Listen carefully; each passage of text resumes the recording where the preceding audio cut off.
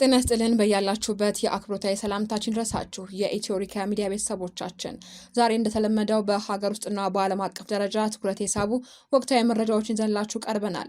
አርዕስተ ዜናዎቹን አስቀደምኩ። ነዳጅ የጫኑ ቦቴዎች ወደ መሀል ሀገር እየገቡ ነው ተባለ። ተጨማሪ መረጃዎች አሉን። ከ200 በላይ ኤጀንሲዎች ላይ እርምጃ ተወሰደ። በዜጎች ላይ በደል በሚያደርሱና ሕግ በማያከብሩ ከ200 በላይ ኤጀንሲዎች ላይ እርምጃ መወሰዱ ተገልጿል። ተጨማሪ መረጃ አለን። የወጣት ማህሌት ማሩ ገዳይ በቁጥጥር ስር ዋለ። ከሰሞኑ በባህር ዳር ከተማ ማህሌት ማሩ የተባለችን እንስት የአድማ ብተና አባል በሆነው ተጠርጣሪ ያምራል አለበል አለሙ ተደፍራና ተገላ ተገኘች የሚል መረጃ ሲሰራጭ እንደነበር ይታወሳል። መረጃውን ይዘናል። የኢፌዴሪ የህዝብ ተወካዮች ምክር ቤት ትላንት ባካሄደው 15ኛ መደበኛ ስብሰባው በኢትዮጵያ የአቪዬሽን ሴኩሪቲን ይበልጥ ለማጠናከር የቀረበውን ረቂቅ አዋጅ መርምሮ አጽድቋል። በዚሁ አዋጅ የምክር ቤቱ አባላት ያነሱትን ቅሬታዎችም እናደርሳችኋለን። መርስክ ወደ በርበራ ወደብ የሚደረጉ የጭነት አገልግሎቶችን ለጊዜው ማቋረጡን ይፋ አደረገ። መረጃውን ይዘናል። ከውጭ ሱዳናውያን ሰላም ወደሌለበት የቀደመ ቀያቸው እየተመለሱ ነው ተባለ። 4 ሚሊዮን ሱዳናውያን ያለምንም የደህንነት ዋስትና ወደ ቀደመ መኖሪያቸው መመለሳቸው ተሰምቷል። መረጃውን ይዘናል። የኢራን ጦር ጀልባዎች በኦማን ባህር አቅራቢያ የተኩስ ጥቃት ፈጸሙ። በኦማን የባህር ጠረፍ አቅራቢያ በኢራን ጦር ጀልባዎች በተሰነዘረ የተኩስ ጥቃት አንዲት የጭነት መርከብ ላይ ከፍተኛ ጉዳት የደረሰ ሲሆን እስካሁን ግን በሰው ሕይወት ላይ የደረሰ ጉዳት የለም ተብሏል። መረጃውን ይዘናል። አሜሪካ አፍጋኒስታናውያን ስደተኞችን ወደ ዲሞክራቲክ ሪፐብሊክ ኮንጎ ለመላክ ንግግር ላይ ነች ተባለ። ተጨማሪውን ይዘናል። አክብሮታዊ ሰላምታችን በያላችሁበት ድረስ የኢትዮሪካ ሚዲያ ቤተሰቦቻችን አዳዲስ መረጃዎችን ይዘን ቀርበናል። እንድትከታተሉን እየጋበዝን ላይክ በማድረግ ማድመጥ እንድትጀምሩ በአክብሮት እንጠይቃለን። በቀጥታ ወደ መረጃዎቹ። ነዳጅ የጫኑ ቦቴዎች ወደ መሀል ሀገር እየገቡ ነው ተባለ። በባለፈው ሳምንት ነዳጅ የጫኑ 2 እና 3 መርከቦች ጅቡቲ መድረሳቸውን ተከትሎ በነዳጅ ቦቴ መኪኖች ወደ ሀገር ውስጥ መጓጓዝ መጀመሩን መዘገባችን ይታወሳል። አሁን ላይ ነዳጅ የጫኑ ቦቴዎች ወደ መሀል ሀገር እየገቡ ይገኛሉ ተብሏል።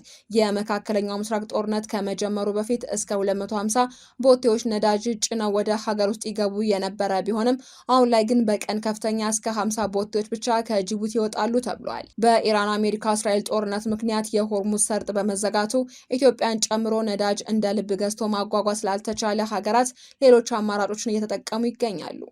በዜጎች ላይ በደል በሚያደርሱና ሕግ በማያከብሩ ከ200 በላይ ኤጀንሲዎች ላይ እርምጃ መወሰዱ ተገለጸ።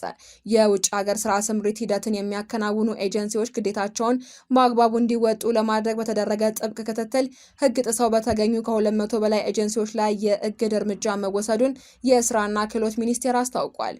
እርምጃ የተወሰደውን በሰራተኞች ላይ በደል ካደረሱ፣ የደሞዝ ክፍያ ካዘገዩና ሰነዶችን ካጭበረበሩ ኤጀንሲዎች ላይ ነው ተብሏል። አዲሱ የቴክኖሎጂ ስርዓት ማንኛውንም ኤጀንሲ ያለበትን ቅሬታ ወይንም ያለ መግባባት በወቅቱ ካልፈታ ሲስተሙ በራሱ ኤጀንሲውን ብሎክ ወይንም ውድቅ የሚያደርግ አሰራር ተዘርግቷል ተብሏል።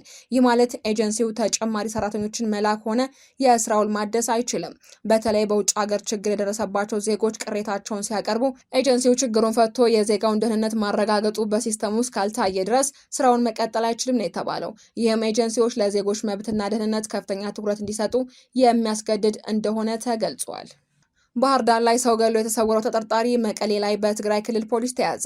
ከሰሞኑ በባህር ዳር ከተማ ማህሌት ማሩ የተባለችን እንስት የአድማ ብተና አባል በሆነው ተጠርጣሪ ያምራል አለበል አለሙ ተደፍራና ተገላ ተገኘች የሚል መረጃ ሲሰራጭ እንደነበር ይታወሳል። የግድያ ጥቃቱ የደረሰበት ሁኔታን በተመለከተ ከስፍራው የወጣውና በማህበራዊ ሚዲያ የተሰራጨው አብዛኛው መረጃ ተጠርጣሪው እንስቷን ከምትሰራበት ሆቴል እያስተናገደች አምሽታ አስገድዶ ወደ ሌላ ሆቴል በመውሰድ ከደፈራት በኋላ ገደላት የሚል ነው። የወንጀል ድርጊቱ ብዙዎችንም ያስቆጣ ነው። የወንጀል ድርጊቱን በመፈጸም የተጠረጠረው ግለሰብ ድርጊቱን ፈጽሞ ከአካባቢው ተሰውሮ ነበር። ምንም እንኳ የአማራ ክልል ፖሊስ ለግድያው ዝርዝር መረጃ ይፋ ባያደርግም ህዝቡ ያለበትን እንዲጠቁም ጥሪ አቅርቦ ፍለጋ ሲያካሄድ እንደነበር ይታወሳል። ዛሬ የአማራ ፖሊስ ይፋ ባደረገው መረጃ በነፍስ ግድያ ወንጀል ተጠርጥሮ ሲፈለግ የነበረው ያምራል አለበል አለሙ በትግራይ ክልል መቀለ ከተማ በቁጥጥር ስር ውሏል። ፖሊስ ያምራል አለበል አለሙ የተባለው ተጠርጣሪ ግድያ ፈጽሞ ከአካባቢው በመሰወር ለረጅም ጊዜ ሲፈለግ ቆይቷል ብሏል። ለመያዝ ክትትል ሲደረግ ቆይቶ በትግራይ ክልል መቀለ ከተማ ተሸሽጎ እንደሚገኝ በመረጋገጡ በተደረገ የተቀናጀ ስራ በቁጥጥር ስር ሊውል እንደቻለም የአማራ ፖሊስ ገልጿል። የአማራ ክልል ፖሊስ የትግራይ ክልል ፖሊስ ኮሚሽን ላበረከተው የላቀ አስተዋጽኦም ምስጋናውን አቅርቧል። በሌላ በኩል እንስቷ በምን ሁኔታ ግድያ እንደተፈጸመባት አንድ የአማራ ክልል ፖሊስ አካል ተጠይቆ ምርመራ ላይ ስለሆነ የሚገልጹት ምርመራ የሚሰሩት ናቸው ብለዋል። እስካሁን ባለው ክትትልም ስለ እንስቷ አሟሟት የተገኘ መረጃ ካለ በድጋሚ እንዲገልጹ ሲጠየቁም ገና ምርመራ ላይ ያለ ጉዳይ ነው የሚል ምላሽ ሰጥተዋል። በበረራ ትኬቶች ላይ የሚጣል የደህንነት አገልግሎት ክፍያ በምክር ቤት አባላቱ ዘንድ ጥያቄዎችን አስነሳ። የኢፌዴሪ ሕዝብ ተወካዮች ምክር ቤት ትላንት ባካሄደው 15ኛ መደበኛ ስብሰባ የኢትዮጵያ የአቪዬሽን ሴኩሪቲን ይበልጥ ለማጠናከር የቀረበውን ረቂቅ አዋጅ መርምሮ አጽድቋል። በአዲሱ የአቪዬሽን ደህንነት ማስረጃ አዋጅ ውስጥ የተካተተው ከእያንዳንዱ መንገደኛ የሚሰበሰበው የደህንነት አገልግሎት ክፍያ በምክር ቤት አባላት ዘንድ ሰፊ ውይይት ተደርጎበታል። አንዳንድ የምክር ቤት አባላትም ክፍያው በመንገደኞች ላይ ተጨማሪ የገንዘብ ጫና ሊፈጥር ይችላል የሚል ስጋታቸውን ገልጸዋል። በተጨማሪም የሚሰበሰበው ገቢ በቀጥታ ለብሔራዊ መረጃና ደህንነት አገልግሎት ገቢ መደረጉ ከአገሪቱ የፋይናንስ አስተዳደር ሕግጋት ጋር ያለውን ተጣጣሚነት በተመለከተ ጥያቄዎች ቀርበዋል። ለእነዚህ ጥያቄዎች ምላሽ የሰጡት የውጭ ግንኙነትና የሰላም ጉዳዮች ቋሚ ኮሚቴ ምክትል ሰብሳቢ ዶክተር ፈቲህ ማህዲ እንዲህ አይነቱ ክፍያ እንደ ደቡብ አፍሪካ፣ ታንዛኒያ፣ ካናዳና እንግሊዝ ባሉ ሀገራት የተለመደ አሰራር መሆኑን ገልጸዋል። ክፍያው የሚሰበሰበውም የአቪዬሽን ደህንነትን ለማዘመን የሚወጡ ከፍተኛ ወጪዎችን ለመሸፈን እንጂ በመንግስት መደበኛ በጀት ብቻ ዘርፉን ማዘመን አዳጋች በመሆኑ እንደሆነም አስገንዝበዋል። መርስክ ወደ በርበራ ወደብ የሚደረጉ የጭነት አገልግሎቶች ለጊዜው ማቋረጡን አስታወቀ።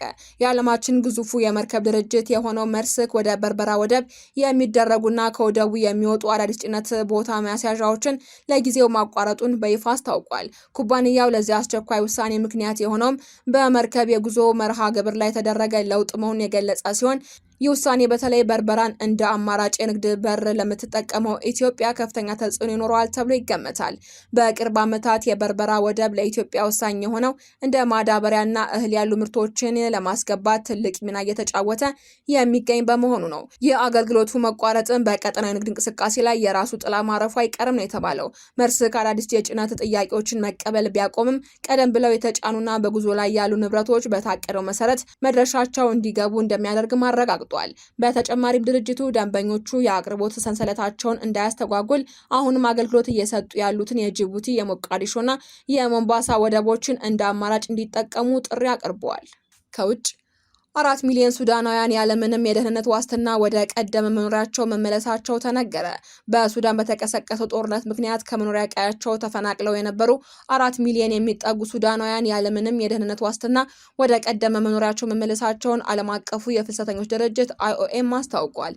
ድርጅቱ ባወጣው መግለጫ ተፈናቃዮቹ በፈቃደኝነት ከውጭ ሀገራትና ከተለያዩ አካባቢዎች መመለሳቸውን የሚበረታታ ቢሆንም በሀገሪቱ ያለው ቀጣይነት ያለው የጸጥታ ስጋትና የመሰረተ ልማት ውድመት ግን ለተመላሾች ደህንነት አሳሳቢ መሆኑን አስጠንቅቋል። እንደ አናዶሉ ዘገባ በሱዳን ደም አፋሳሽ ጦርነት ከተቀሰቀሰ ጀምሮ እስካሁን ድረስ 12 ሚሊዮን የሚጠጉ ዜጎች ከመኖሪያ ቀያቸው ተፈናቅለዋል። ከተፈናቃዮቹ መካከል ሲሶ የሚሆኑት አሁን ላይ ወደ ቀደመ ቀያቸው ቢመለሱም ተገቢው የደህንነት ከለላና መሰረታዊ አገልግሎቶች ባልተሟላ ሁኔታ ላይ መሆናቸው ድርጅቱን አስግቶታል። በመሆኑም ዓለም አቀፉ ማህበረሰብ ለተመላሾቹ አስፈላጊውን የደህንነት ዋስትናና ሰብአዊ ድጋፍ እንዲያቀርብም ኤጀንሲው ጥሪውን አቅርቧል። የኢራን ጦር ጀልባዎች በኦማን ባህር አቅራቢያ የተኩስ ጥቃት ፈጸሙ። በኦማን የባህር ጠረፍ አቅራቢያ በኢራን የጦር ጀልባዎች በተሰነዘረ የተኩስ ጥቃት አንዲት የጭነት መርከብ ላይ ከፍተኛ ጉዳት የደረሰ ሲሆን እስካሁን ግን በሰው ሕይወት ላይ የደረሰ ጉዳት የለም ተብሏል። ጥቃቱ የተፈጸመው ከኦማን በስተ ሰሜን ምስራቅ 15 የባህር ማይል ርቀት ላይ ሲሆን ከኢራን አብዮታዊ ዘብ ጋር ግንኙነት ያላቸው የጦር ጀልባዎች ወደ መርከቧ በመጠጋት ተኩስ ከፍተዋል ተብሏል። በጥቃቱም የመርከቧ የመቆጣጠሪያ ክፍል በከፍተኛ ሁኔታ የተጎዳ ቢሆንም ሁሉም የመርከቧ ሰራተኞች በሰላም መገኘታቸው ተረጋግጧል። የባህር ላይ ደህንነት ምንጮች እንደገለጹትም የላይቤሪያ ሰንደቅ ዓላማን የምታውለበለበው ይህቺ መርከብ በሆርሙዝ የባህር ሰርጥ በኩል ለማለፍ ሙሉ ፍቃድ ነበራት። ይሁን እንጂ ከኢራን ጋር ግንኙነት ያላቸው ወገኖች መርከቧ ጥቃቱን ከመፈጸሙ በፊት የተሰጣትን ማስጠንቀቂያ ችላ በማለቷ እርምጃ እንደተወሰደባትም እየገለጹ ነው።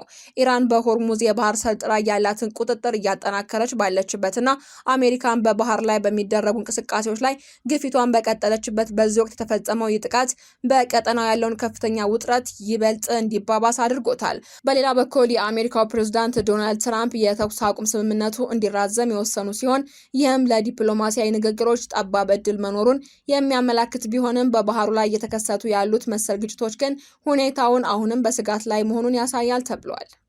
በመጨረሻም አሜሪካ አፍጋኒስታናውያን ስደተኞችን ወደ ዲሞክራቲክ ሪፐብሊክ ኮንጎ ለመላክ ንግግር ላይ ነች ተባለ። የአሜሪካ ጦርን ሲረዱ የነበሩ አፍጋኒስታናውያን አጋሮች አሁን ከባድ ምርጫ ተደቅኖባቸዋል። በጦርነት በታመሰች ዲሞክራቲክ ሪፐብሊክ ኮንጎ መስፈር ወይንም በታሊባን ወደምትተዳደረው አፍጋኒስታን መመለስ።